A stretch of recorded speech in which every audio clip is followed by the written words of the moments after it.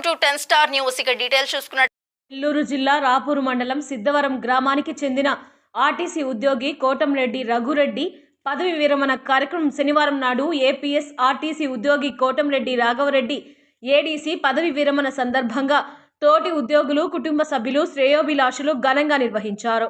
తోటి ఉద్యోగులు మాట్లాడుతూ కోటంరెడ్డి రాఘవరెడ్డి ఉద్యోగ ప్రయాణం ఆదర్శనీయమైనదని, తోటి ఉద్యోగుల పట్ల ఆయన ప్రవర్తించిన తీరు ఆచరణీయమైనదని ఆయనను కొనియాడారు.